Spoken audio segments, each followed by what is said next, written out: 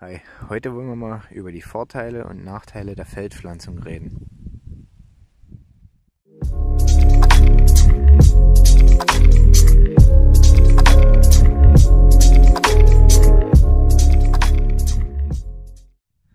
Zuerst mal will ich mich heute entschuldigen für den blöden Wind. Falls also der Ton nie so gut sein sollte und ihr mich nie verstehen könnt, dann entschuldigt das im Voraus.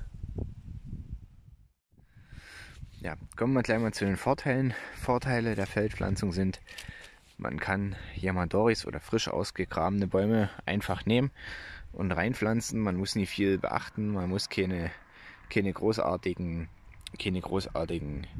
Töpfe oder irgendwas oder irgendwelche Behältnisse nehmen. Man kann direkt reinpflanzen. Man muss nie viel mit Verankerung machen und sowas. Man kann sie einfach reinsetzen. Und das hier ist jetzt der Holunder. Da habe ich auch im Frühjahr mal ein Video gemacht. Den habe ich beim Spaziergang ausgegraben.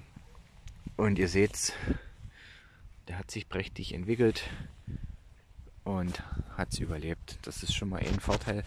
Man kann die Bäume einfach nehmen, kann sie einpflanzen und dann entwickeln die sich auch gut, weil man ein sehr gutes Bodenklima hat. Also Bodenklima ist auch eine Sache, was eben pro ist für die Feldpflanzung.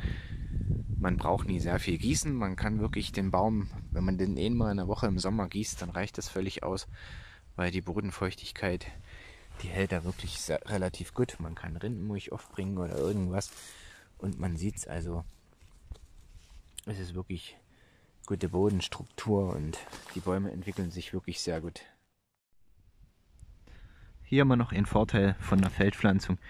Wenn ich bei der Feldpflanzung eine Wunde habe durch das starke Wachstum, kriege ich die richtig schnell versorgt. Also hier habe ich das Gute, das ist jetzt eine Linde und hier bildet sich wirklich starker Kallus und das ist durch das starke Wachstum.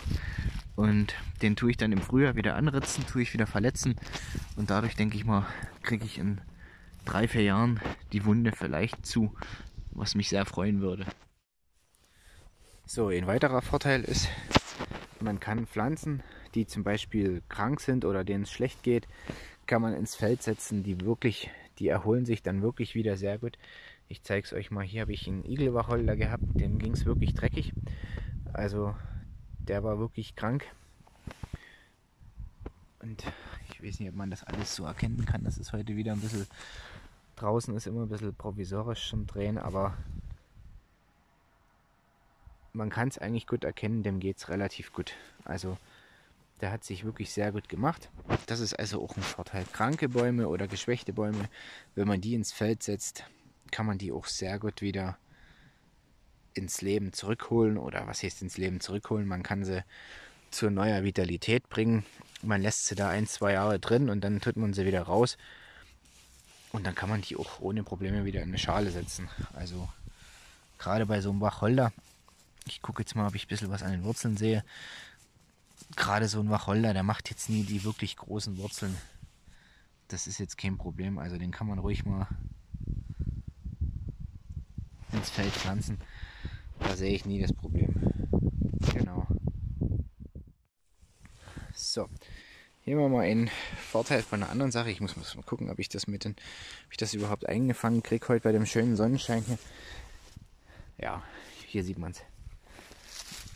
Ein Vorteil ist auch noch, man kann Jungpflanzen, hier wie den kleinen Fächerahorn, ihr seht's, kann man perfekt ins Feld pflanzen. Die werden dann natürlich, wie man sieht, die werden dann natürlich 80 cm oder 1 Meter hoch. Aber die wachsen wirklich sehr, sehr schnell. Also ich hatte den Fächerahorn schon mal in dem Feldpflanzungsvideo gezeigt. Aber man konnte es nie so richtig erkennen. Aber das ist wirklich, der ist wirklich schon kräftig geworden. Also wäre mir in der Schale, hätte ich den nie so schnell kräftig gekriegt und da bin ich wirklich sehr stolz drauf. Also wenn ich den Baum noch 3 Jahre oder sowas hier drin lasse, hat man da schon eine gute Größe. Aber, und jetzt kommt das Aber, jetzt kommen wir zu den Nachteilen von der Feldpflanzung. Ja, ein Nachteil der Feldpflanzung ist zum Leiden des Gärtners, ist natürlich das Unkraut. Also man hat relativ starken Unkrautwuchs. Das muss man halt auch immer wieder ein bisschen hinterher sein. Sonst hat man ein Problem. Man filmt hier so rein und findet seine Bäume gar nicht mehr. Also hier ist so ein kleiner Feldahorn versteckt. Genau. Das ist auch noch ein Nachteil. So, jetzt kommen wir zu den Nachteilen. Hier habe ich einen Schlitzahorn. Hier ihr seht, schöner Schlitzahorn. Und hier kommt jetzt ein riesengroßer Nachteil. Und zwar sind die Wurzeln hier, ich habe hier eine dicke, fette Wurzel. Die Wurzeln die breiten sich aus, also unkontrollierbar. Das ist das Problem. Also hier haben wir wirklich ein ganz großes Problem. Bei dem habe ich jetzt hier eine riesengroße Wurzel. Und das ist im Endeffekt, man kann die Pflanzen im Feld, man kann so umstechen, das ist alles kein Problem.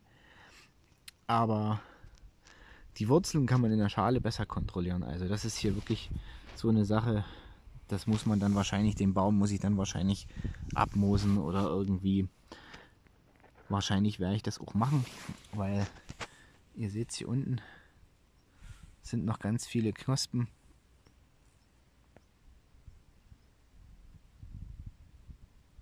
Ja, jetzt kann man es besser erkennen. Da sind noch ganz viele Knospen und wenn man da oberhalb abmoost, kann man wieder eine neue Pflanze gewinnen. Das ist so ein kleiner Nachteil.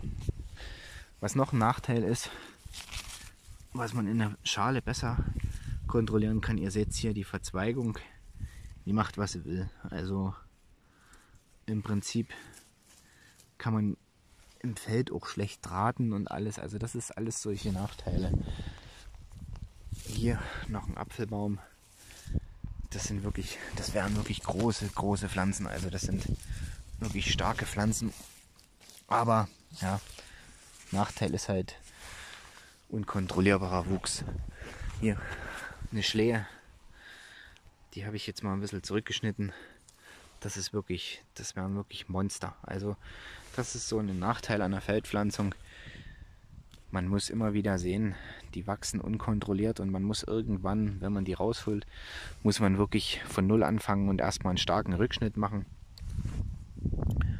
Ja, das ist ein bisschen ein Nachteil. Aber wie gesagt, man hat die Gesundheit, man hat ein ordentliches Wachstum und man braucht sich hier um nichts kümmern. Man braucht nicht gießen und nichts. Und das ist der große Vorteil. Gut, das soll es mal von so einer Feldpflanzung gewesen sein. Wie gesagt, wenn ihr mal ein anderes Video von der Feldpflanzung sehen wollt, verlinke ich euch am Ende. Und da würde ich mich freuen, wenn ihr ein Abo hinterlasst. Bis zum nächsten Mal. Ciao.